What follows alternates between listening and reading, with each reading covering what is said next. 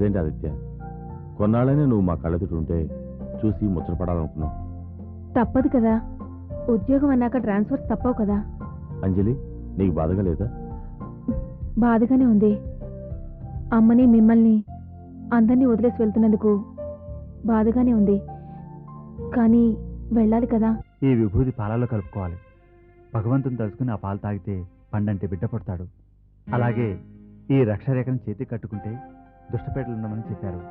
తీసుకోమ్మా. థ్యాంక్స్ బావగారు. నువ్వా? ఎందుకు వచ్చావు? అసలు నేను లోపలికి ఎవరు రమ్మన్నారు? వెళ్ళు, బయటికి వెళ్ళు. అమ్మా రుక్మిణి, నన్ను పేరు పెట్టి పిలవకు. నీ మొహం చూడటానికి నాకు కంపరంగా ఉంది. అలా అనకమ్మా. నేను నా తప్పు తెలుసుకున్నాను. పశ్చాత్తాపంతో కుమిలిపోతున్నాను. వెళ్ళొస్తాను మైసమ్మ. వస్తానంటే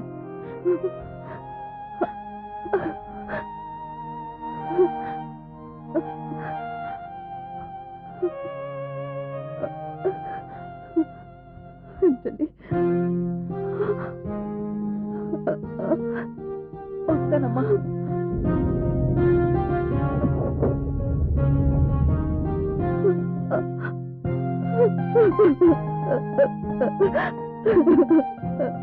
అమ్మా ఊరుకో అమ్మా.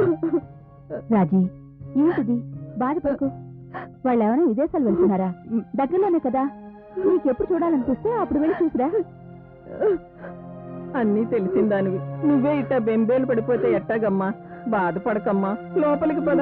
పదమ్మా. పదమ్మా.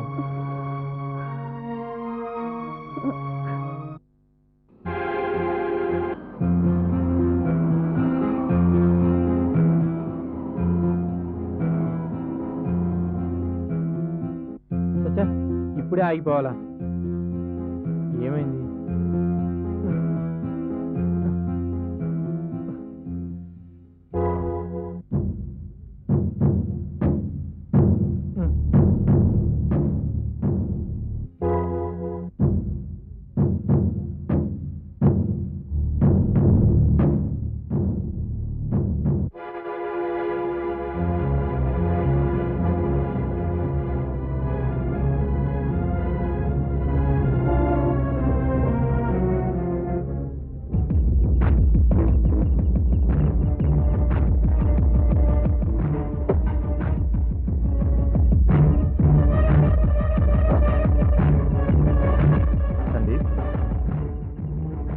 బైక్ చెడిపోయిందా?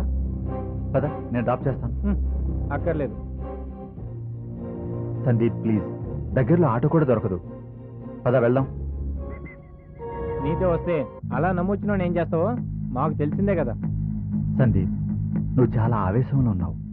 ఆవేశం కాదు, నిన్ను చూస్తుంటే రక్తం ఉడికిపోతుంది. కానీ కొన్ని పరిస్థితుల వల్ల తట్టుకోవాల్సి వస్తుంది. నిజమే, నాలాంటి వాడిని చూస్తే ఎవరికైనా అలాగే అనిపిస్తుంది. సందీప్, నువ్వు మీ అమ్మగారు నన్ను క్షమించలేరని నాకు తెలుసు. నువ్వు చేసింది ఏమైనా చిన్న ద్రోహమా? ఆ ద్రోహాన్ని శిక్ష అనుభవిస్తున్నాను సందీప్. ఈలోగా ఎంతమందికి అన్యాయం చేయాలనుకుంటున్నావు? లేదు బాబు, నేను ఇక నుండి ఎవరిని బాధ పెట్టను. నా పద్ధతులు మార్చుకుంటాను. తప్పులు చేసి చేసి జీవితంలో చాలా కోల్పోయినని చాలా ఆలస్యంగా తెలుసుకున్నాను. నేను ఇప్పుడు మారాలని ప్రయత్నం చేస్తున్నాను. నేను మీ అమ్మగారిని కూడా కలిసి క్షమించమని అడగాలనుకుంటున్నాను. నేను ఇక పాత మార్గంలోకి వెళ్ళను. కనీసం మిగిలిన 4 రోజులైనా మనిషిగా బ్రతకాలనుకుంటున్నాను. ఉంటాను బాబు.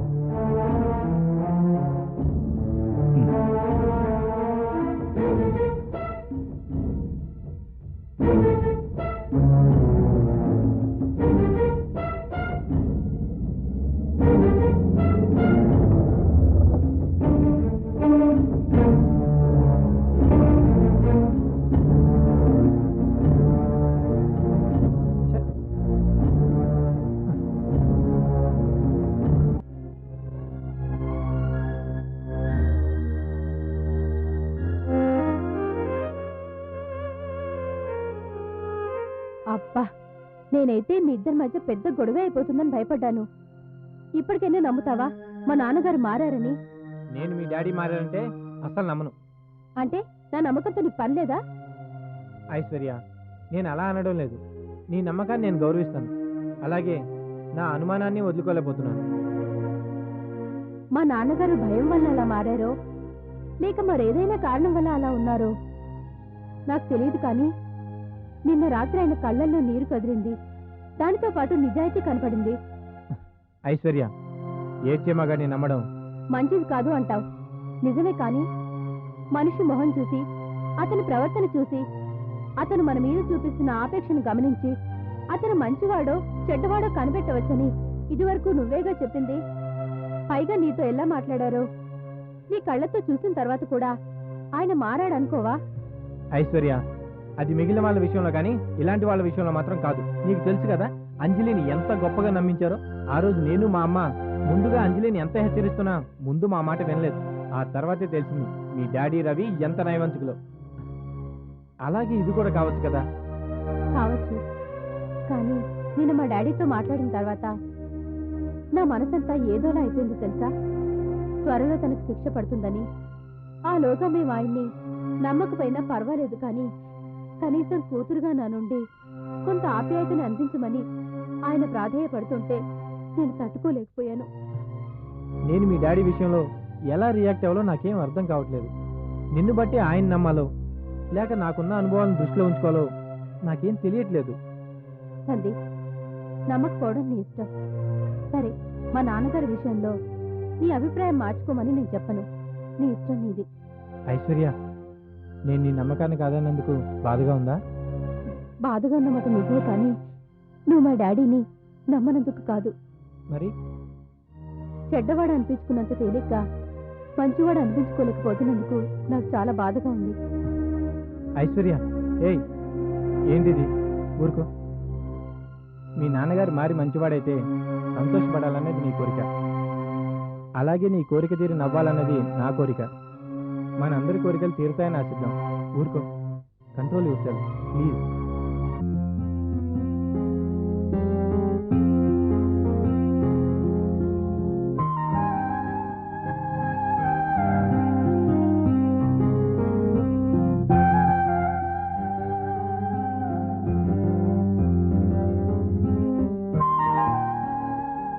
చంద్ర, ఏంట్రా ఇది? నేను తాగుడు మానేసి చాలా కాలమైంది. అలా అనకన్నయ్య, నువ్వు తాగు. ఆశ్చర్యంగా ఉందా నువ్వు ఇలా ఫోర్స్ చేయటం? అన్నయ్య, నాకు మరో దారి కనిపించలేదు. నీకేదైనా కష్టం వస్తే దాన్ని నేను షేర్ చేసుకోగలను, కానీ నీ గుండెల్లో రగులుతున్న క్షోభను మాత్రం నేను పంచుకోలేకపోతున్నాను. వద్దురా, దానికి ఇది మార్గం కాదు. నా బాధ తగ్గే అవకాశం నీ చేతుల్లోనే ఉంది. నా మనసు కొంతలో కొంత స్థితి పడటానికి మీరు కొన్ని పనులు చేస్తే చాలు. చెప్పన్నయ్య, ఏం చేయమంటావు? ముందు నన్ను క్షమించడం మానేయండి. అన్నయ్య, అవునరా, నేను చేసిన పాపాలకి ఈ శిక్ష అనుభవించాలి. రేపు నేను పోయిన తర్వాత నా గురించి మీ పిల్లలకి కథలుగా చెప్పుకోవాలి. దుర్మార్గానికి పోతే నా అలాగే చివరికి అంతమైపోతారని. ప్లీజ్ అలా మాట్లాడకన్నయ్య. నువ్వు ఈ శిక్ష నుండి బయటపడతావు, మారి మనిషిగా మహాత్ముడిగా అవుతావు. గడిచిన కొద్ది రోజులుగా నీ ప్రవర్తన చూశాను కాబట్టి నేను మనస్ఫూర్తిగా నిన్ను నమ్ముతున్నానన్నయ్య. ఓదార్పా కాదు, నీ మీద నాకున్న భరోసా. నిన్ను ఎప్పటికీ ఆ స్థానంలోనే ఉంచి గౌరవిస్తాను. నీకు మంచిగా జరుగుతుందన్నయ్య. చాలరా, నా తమ్ముడు నాకు కొత్త ఊపిరినిస్తున్నందుకు నాకు చాలా ఆనందంగా ఉంది. అన్నట్టు అన్నయ్య, రవి గురించి ఏమైనా ప్రయత్నాలు జరుగుతున్నాయా? ఈ రోజే లాయర్ని కలిసి వచ్చాను. వాడు బయటికి రావడం చాలా కష్టం, అయినా ప్రయత్నిస్తాను. అప్పన్న దొర లాంటి 100 మందిని ఈ పని మీద పంపుతాను. అసలు నేను ముందుగా బయటకు వచ్చింది రవిని కాపాడుకోవడానికి. ఎలాంటి పరిస్థితులు ఎదురైనా రవిని నేను బయటికి తీసుకొస్తాను. ఆ రోజు కోసం 1000 కళ్ళతో ఎదురు చూస్తుంటాను. మనందరం తిరిగి ఒకప్పటి సంతోషానికి, ఆనందానికి ఈ ఇంట్లో ఊపిరిపోయాలి. చూస్తుంటా, చివరికి అదే జరుగుతుందిరా.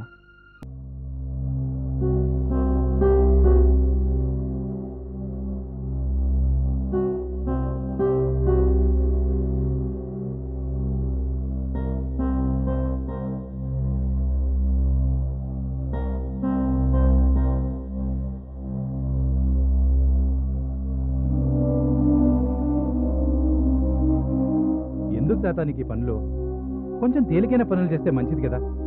ఈ వయసులో నీకు కష్టమేంటి చెప్పు.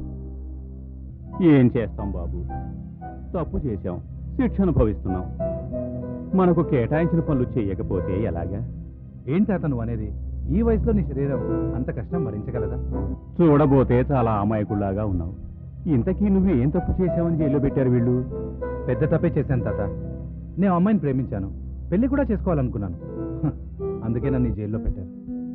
ప్రేమిస్తే జైల్లో ఎందుకు పెడతారు? తాత, ప్రేమిస్తే జైల్లో పెట్టరు. ఆ ప్రేమ కొందరికి ఇష్టం లేకపోతేనే జైల్లో పెడతారు. ఆ అమ్మాయి జీవితంలోకి నేను ఎప్పుడు రాకూడదని వాళ్ళు ఇలా కోరుకుంటే నాలాంటి వాళ్ళకి ఇలాంటి అన్యాయం జరుగుతూనే ఉంటుంది. అంజలి నేను ఒకరినొకరిని ప్రేమించుకున్నాం, పెళ్లి కూడా చేసుకోవాలనుకున్నాం. చివరి క్షణంలో ఆ అమ్మాయి తండ్రి నాగభూషణం నన్ను తప్పించి ఇంకో డబ్బున్న వాడికి ఆ అమ్మాయినిచ్చి పెళ్లి చేయాలనుకున్నాడు. నా మీద అత్యాచారం మోపి ఇలా నన్ను జైలు పాలు చేశారు. దారుణం. అలాంటి వాళ్ళు నాశనమైపోతారు, కుక్క చావు చేస్తారు. చూసావా తాత, నా కథ వింటేనే నీకు ఇంత ఆవేశం వస్తుంది. అనుభవిస్తున్న నాకు ఇంకెంత గుండె మండిపోవాలి. నువ్వు చాలా గొప్పవాడి బాబు. కొండంత కష్టాన్ని నీ గుండెలో దాచుకుని నిదానంగా ఉండగలుగుతున్నావు. ఆ దేవుడు నీకు మేలు చేస్తాడు బాబు. తాత, నా సంగతి సరే, నువ్వు నాకన్నా మంచివాళ్ళ కనిపిస్తున్నావు. నువ్వెందుకు జైలుకి వచ్చావు? హత్య చేశాను. ఏంటి, నువ్వు హత్య చేసావా? నేను నమ్మను. నువ్వే కాదు బాబు, నేను హత్య చేశానంటే ఎవరూ నమ్మరు. కానీ ఇది నిజం. నా కూతుర్ని ప్రేమించినట్టు నటించి మోసం చేయాలని చూసిన వాణ్ణి నా కసి తీరా పొడిచి చంపేశాను. ఏమంటావు బాబు? మంచి పని చేశావు. అలాంటి వాళ్ళు బ్రతకూడదు, చీడ పురుగులు. చూస్తూ చూస్తూ ఆ అమ్మాయి జీవితాన్ని బలి చేయడానికి వాడికి మనసు ఎలా ఒప్పింది? తాత, మనం ఇంకోసారి మాట్లాడుకున్నాం. నువ్వు వెళ్ళు. అలాగే బాబు, నేనుంటాను. ఓకే.